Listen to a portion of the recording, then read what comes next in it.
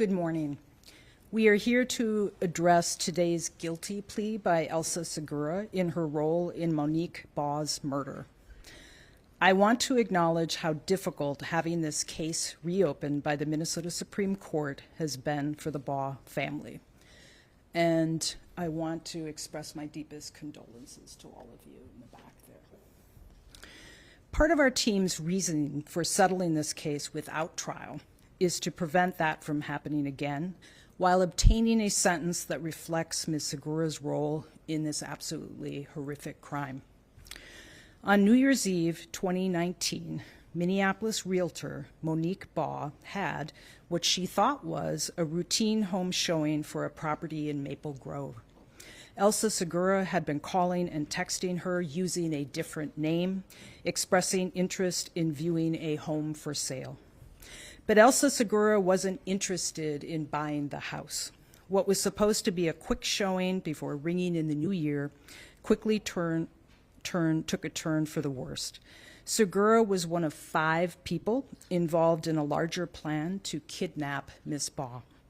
They abducted her and confined her in the cargo hold of a moving truck. They drove Ms. Baugh to her home and used her house key to enter and shoot her boyfriend multiple times in the presence of their 2 little girls. Ms. Baugh's boyfriend was seriously injured but survived and managed to call for help. About an hour later, Monique Baugh was found with 3 gunshot wounds in an alley near her home. 5 people were charged in connection with her murder. In 2021, a jury convicted Ms. Segura on various aiding and abetting theories, and the judge sentenced her to life without the possibility of parole. On January 31st, 2024, the Minnesota Supreme Court remanded, or essentially returned, her case to Hennepin-County because they said there was insufficient evidence to support the aiding and abetting premeditated murder convictions. Her other convictions, kidnapping and felony murder, were returned to Hennepin County because of erroneous jury instructions. Today, Ms. Segura pled guilty to kidnapping, and the judge sentenced her to 240 months in prison. The presumptive guideline sentence for kidnapping is actually 86 months.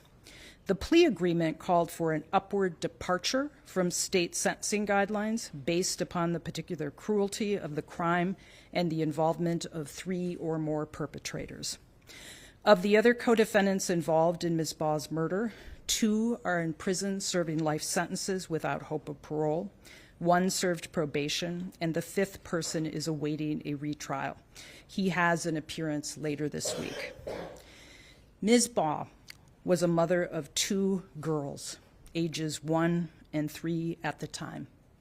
She loved to read stories to her children, and she had a special purple pillow she would lie on to read to them.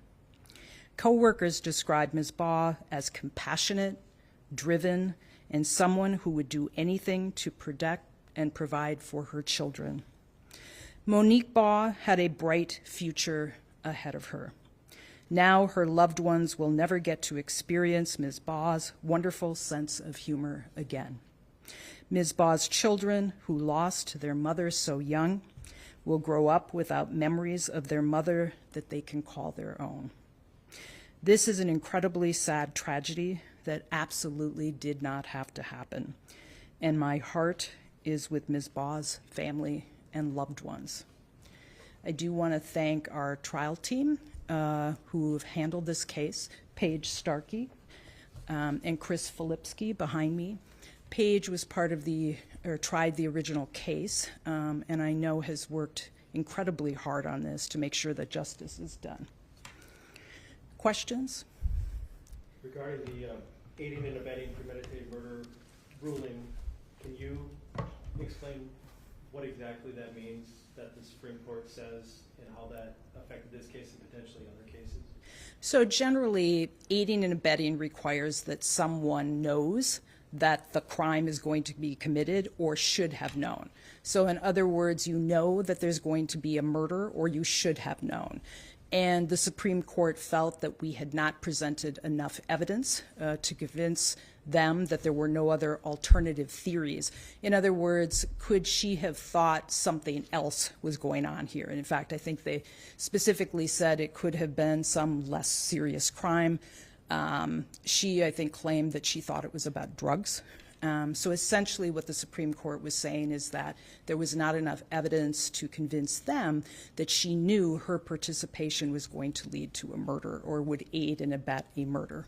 So then for the Wiggins case, even though they made the same kind of ruling, the facts of what's going on in his mind might be different than what were going on in her mind? Is that Absolutely. Okay. Absolutely. So yes. So it's very... What's going to happen with this? Yeah, explain that and then what's going to happen with this? It's very fact specific. In fact, we believe that Wiggins was the mastermind here, and we will proceed to trial if we need to on that case, because we believe that he masterminded this entire thing, even though he did not fire the shots that killed Ms. Baugh.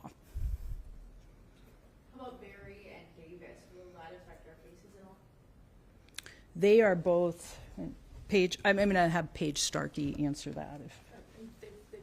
They're both Barry and Davis have appealed. Their convictions have been upheld by the Minnesota Supreme Court.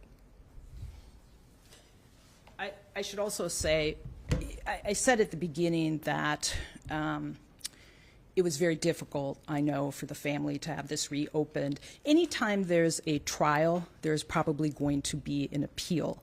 But when someone pleads guilty, there can be an appeal, but people are very unlikely to prevail. So we would consider this the end of Ms. Segura's case.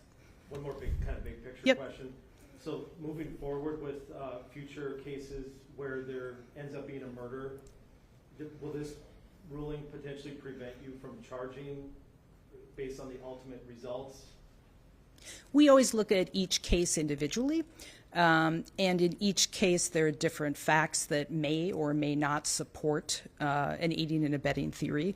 I don't think it'll change our approach other than to analyze the individual facts to see if we think that fits what the Supreme Court is looking for. But we will always look at each individual case because each case is unique and it has its own facts. Thank you. I Oh. have one last question. I heard there were 4 people involved here. Who's the 5th? So there was a woman. Do you want to go? So the fifth person whose sentence ultimately was probation was Shantae Barry, Cedric Barry's wife, and Barry Davis's sister.